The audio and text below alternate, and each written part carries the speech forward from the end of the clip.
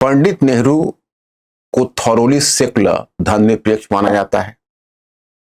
पंडित नेहरू के विषय में यह भी कहा जाता है कि पंडित नेहरू शायद हिंदुओं से दूरी रखते थे, लेकिन ये बहुत कम लोग जानते हैं कि उनमें भी सॉफ्ट हिंदुत्व था, जैसा अभिनव चिंतामणि ने कहा है। एक बड़े सधे हुए लॉयर और बहुत सरे हुए जूरिस्ट हैं।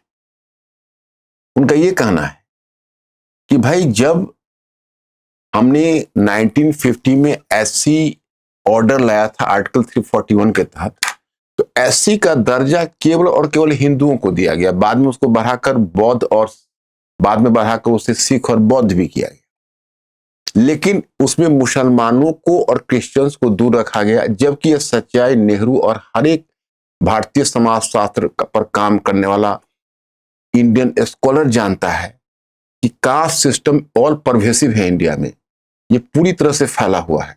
जाति व्यवस्था कृत्रिम रूप में इस्लाम में भी विकसित है, उसमें भी जो दलित वर्ग है उसकी स्थिति अच्छी नहीं हुई है।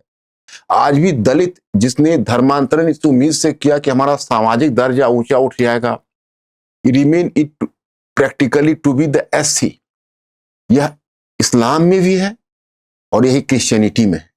इस बात की तरफ रंगनाथ मिश्रा कमेटी ने 2007 में भी हिंट किया था, लेकिन पंडित जवाहरलाल नेहरू को ऐसा लगता था कि अगर यह सुविधा केवल हिंदू धर्म में रहेगी तो कोई भी हिंदू इस्लाम या क्रिश्चियनिटी में, तब तो इस्लाम वैसा खतरा नहीं था, क्रिश्चियनिटी एक बहुत बड़े खतरे के रूप में मौजूद था, कोई कम से कम क्रिश्चियनिटी में धर्मांतरित नहीं होगा।